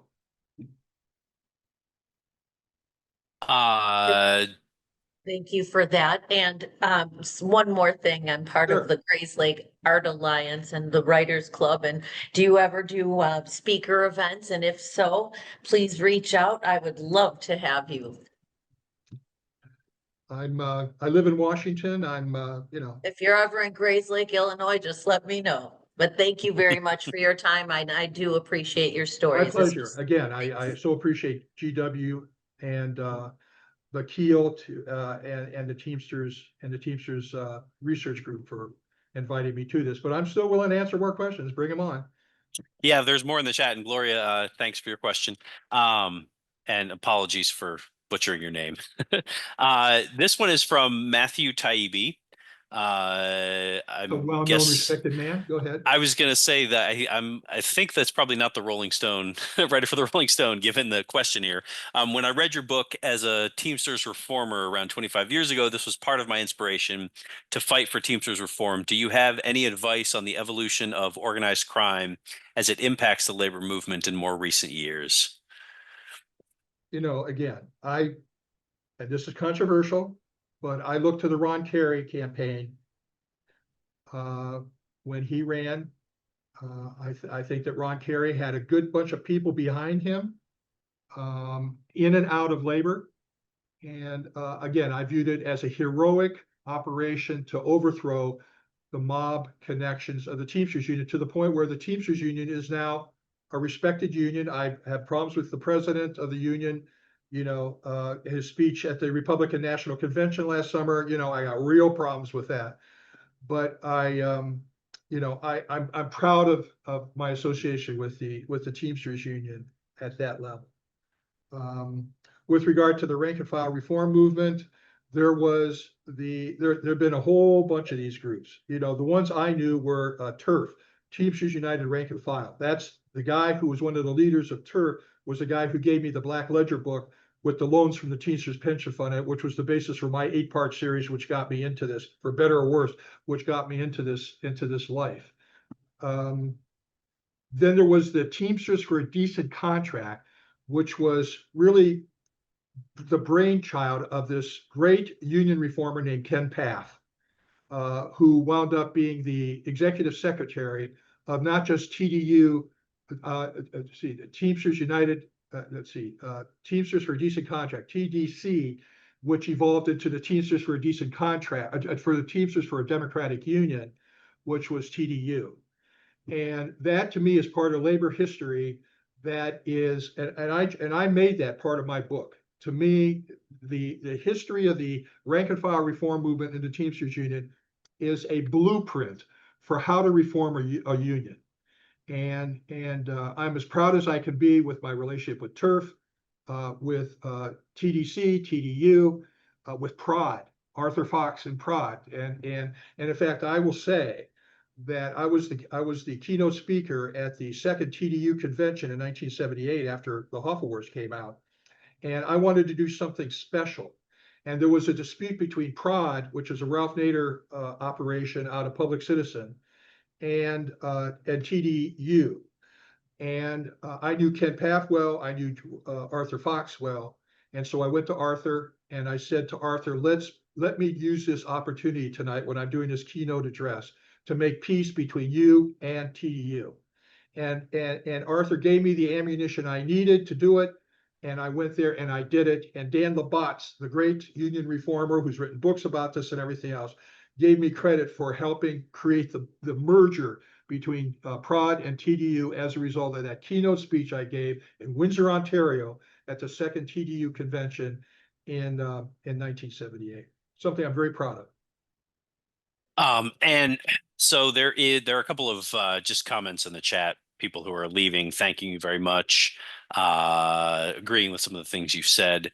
There's one question left in the chat, and the timing is perfect because Dan, I'm sure you could speak all night, but my bedtime is approaching. So Okay. we've got one more here, but we do have a couple more minutes. So if anyone has like a final chat or whatever wants to raise their hand, that's fine as well. This is comes from someone through their iPhone. Why do you think OLMS and DOLIG are so bad at their job of rooting out union corruption? So I'm not sure what those acronyms stand for. I don't know if you know. OLMS and DOLIG, Department of Labor. Oh, Department of Labor, and I don't know what OLMS would be. But if anyone knows what those acronyms are, feel free to stick it in the chat. Are so bad in their job of rooting out union corruption? Is it an alliance of union officials and management interests who benefit from weak, corrupt unions? So I'm guessing Department of Labor. That is a much longer conversation, but it's a very, very important point. I know what he or she is saying, and it's very relevant and it's very important. Well done. Office of Labor Management. Oh, okay. And Yeah, the Department of the Labor. inspector generals are gone. I mean, we are. I think on the chat tonight we have the inspector general, the special inspector general for Afghan reconstruction, John Sopko, who has been a very close friend of mine for many, many years. In fact, John used to be a strike force attorney and was the attorney along with Abe Poritz from the Department of Justice Organized Crime and Racketeering section, which was created by Bobby Kennedy in Bobby Kennedy's Justice Department. That it was John Sopko who was the prosecutor who wiped out the Cleveland Mafia with his prosecution of the people who killed Danny Green. I was talking to that gentleman earlier from Cleveland, where I mentioned to him about the Danny Green murder in 1977. Once again, John Sopko, I think, is part of this. He went through this long, noble career in government, winding up as the Special Inspector General for Afghan Reconstruction, where he was widely praised by the left and the right. And then he gets fired. He was among that group of inspector generals who were fired in a group, several months ago. So the inspector generals, it's a very important operation that is keeping people honest. And the diminishment of, or the politicization of the inspector general is one of the horrible things that's happening, and is moving against good government. And it looks like the final question from David Tubman again. Where do you go from here? And so, David, if you clarify if you want, I'm assuming he means where do you, Dan, go from here? Where do I go? Gee, I don't know. I don't know. I just sort of, I will see a road and there will be, I'm waiting to see what happens between now and the 30th and the aftermath. I want to see what Scott comes up with. I've been leaving Scott alone. I don't want to steal his thunder or anything. I can tell you that based on what he has written, he's going to say Tony Palazzolo killed Hoffa. I believe he's going to say that Hoffa was murdered at Lenny Schultz's house, that they gave the body to Roland McMaster, which puts me back in the game again once they give the body to Roland McMaster. And with regard to where they put Hoffa's body, if he's saying central sanitation, that's going to be wrong. And which is, was a waste disposal company, which was owned by two mafia guys, Peter Vitale and Jimmy Quasarano, which would have made a lot of sense because they were Detroit, royalty in the world of the mob. I'll be very interested to see how this plays out. Once again, I'm not going to bet against myself. I believe that Hoffa, once again, Hoffa was picked up at the Red Fox by Vito Giacalone. I believe Scott's story that he was taken to Lenny Schultz's house, that the body was then given to Roland McMaster at the farm that was searched by the FBI in 2006. The Gateway truck is there. Jim Shaw drives the truck to New Jersey. It's buried at about 150 yards from Brother Moscato's stuff by Paul Coppola. Hoffa is still there. He can be uncovered. Let's get that done. I'm sure I've bewitched the FBI with what I've said tonight, but please let's get this done for Christ's sake. Well, you've certainly convinced me to at least go and check out that alcove. Absolutely. I mean, I came into this, like the extent of what I knew about it was, Tony Provenzano obviously was the one who had him killed, but beyond that, I didn't know all the details. So mean, this is going to be fascinating. This is what I do, right? Is I collect the history of the Teamsters, and so now I have this recording that Did a if grand job. If you need any help, please, Yeah. tell me. I love nothing more than walks down memory lane. I love nothing more than history and Yeah. put documents and collection together. If I could do anything to help you, please just say the word. Definitely. And this is, for me, this has been an interesting, I always love, I work with the archives, I work with the records, so I sort of get to see the primary sources, as you would, of this stuff happening. But it's always fascinating for somebody who understands the context, who can explain the context that I'm not necessarily getting in, the individual documents. But we have more people thanking you and enjoying your great knowledge on the subject. Someone's asking if they have further questions, where can they be submitted? Oh, my email address is Moldea, Moldea at Moldea, Moldea.com. Moldea@moldea.com. My Yeah, I'll last put name, that my last in name. I'll put that in the chat. So there you go. Then I have my Substack Mobology, which I post every Sunday at 5 a.m. And then sometimes I do it in the middle of the week as well. Put that in the chat as well, so Thank people, if they didn't catch how that was spelled. All right. Well, so this has been recorded. And this is definitely the longest of these book talks I've ever had. It usually takes me about a week to get the thing all captioned. We'll see with this one. Might take a little bit longer. But as soon as it's done, I will get it up online, and everyone who registered, you'll get a copy of the recording. So you'll all be able to check this out. And thank you everyone for attending. you. Thank you And very I'm much. gonna go ahead and end the recording now. Thank you.